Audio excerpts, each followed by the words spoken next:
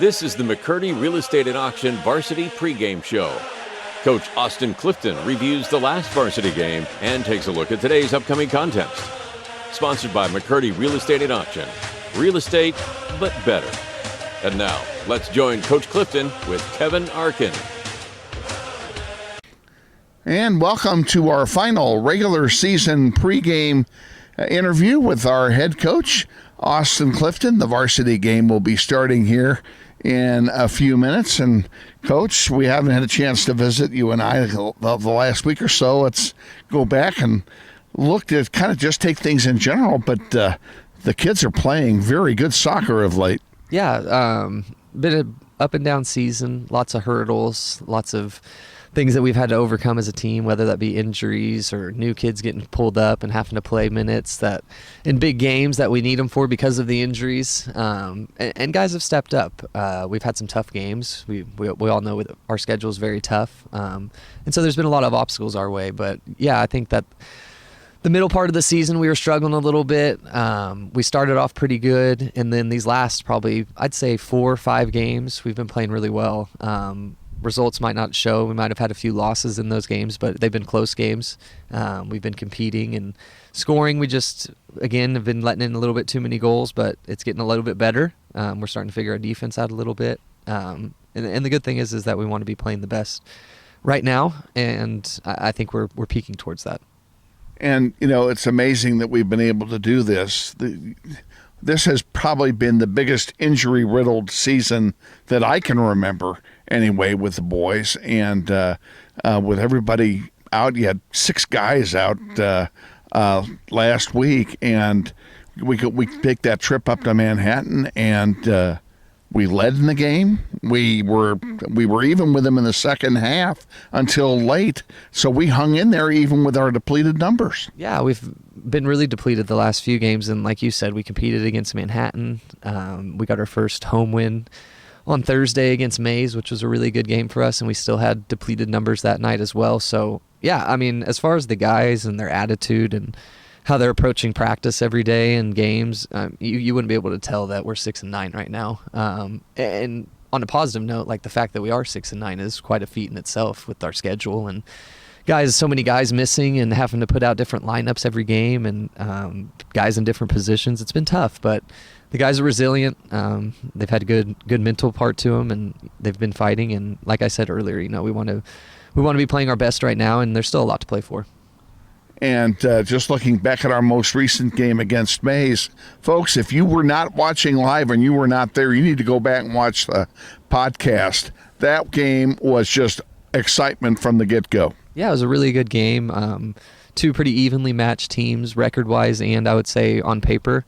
And it showed in the game. You know, I think we went up both times early, and then they came back, clawed back, and tied it up. They scored late in the second half to go 2-2 off a free kick, stupid foul on our part. And, you know, we didn't give up. We went the first overtime, we had the wind. The wind was going straight one way, 30 miles per hour, and we tried to get it first and to score, and we didn't. And so you're worried at that point, you know, let's just get the tie, let's get out of here. But, you know, we scored with the wind in our face, and it was a really nice goal too. Jesus had a hat trick and kind of finally had a game that more games where we're expecting Jesus to play that way moving forward. 2 goals out of the 3 in the game for us, scored into the teeth of a 30 to 40 mile an hour wind. I never would have bet on it. No, and it seems like we play better into the wind. And when it's that brutal, it is hard playing with it at your back at times. It helps with shooting and kind of just keeping the ball usually stays towards that end of the field for the most part. But, yeah, 2 goals against the wind and 3 really good goals. And 2 goals against, which is nice. I mean, we're still not happy that we gave up 2, but it's less than what we've been giving up. And if we can do that and we can keep it from 4 to 5 instead of 4 or 5 goals in, if we can keep it down to 3 or less, we're going to score. So we'll be in games, but it's just keeping goals out of our net. Okay, I got to ask. The last game of the season tonight is important, of course, against the East. Not that we're going to win City League because that's out of reach, but what does tonight's game mean for us as far as playoffs next week are concerned? Yeah, well, it means a couple things. One, we want to win our last game at home, keep good momentum.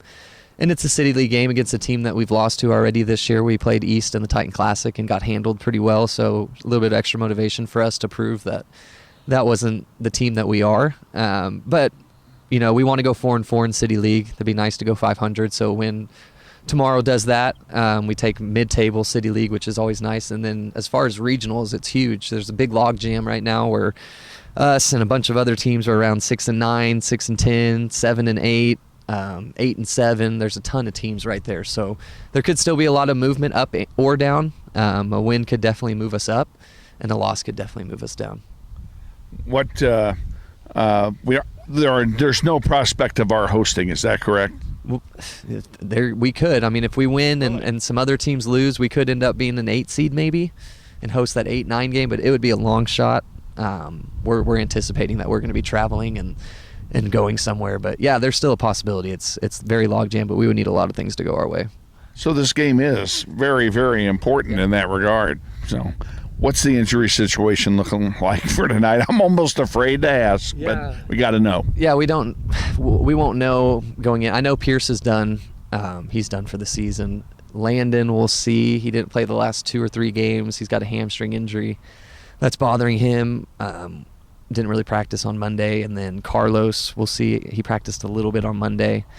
I'm trying to think of anybody else. AJ's still out, but he might be back in the postseason on the field. He just can't play goalie. John Lee? John should be back. He was just at football on Friday. Oh, okay. I thought he was injured. Or Thursday. They played on Thursday. That's right. They had a football game. And then I think that's it. Okay. We'll see if anybody else is back. They're back, and then we'll pull up all the seniors for senior night as well. Okay. And speaking of senior night, we're gonna take a quick break, and then let's come back and talk about our seniors. This is their last home game. Stay with us. We're going to take a 60-second timeout and hear from McCurdy Real Estate and Auction. Then we'll be back with Coach Clifton, talk about senior night.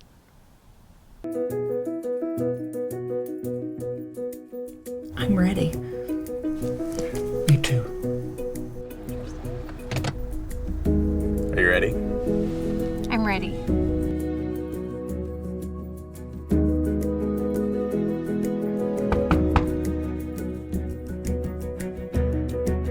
Whole marketing campaign of this property and it sold for like $2 million.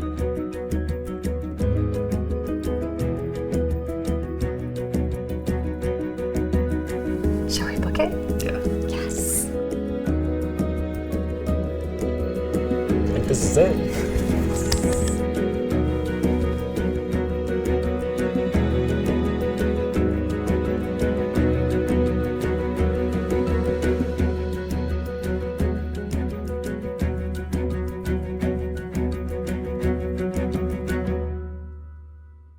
Back with head coach Austin Clifton on the pregame show. And coach, tonight was senior night. We just had the senior night ceremonies take place here before our get together tonight, and 9 seniors. You're taking a big hit as far as numbers on the program this year. Yeah, it seems like from the beginning, my first couple years, we didn't have that many, and then the last 2 years, we've had pretty big senior classes, which I like because that means that our program's growing.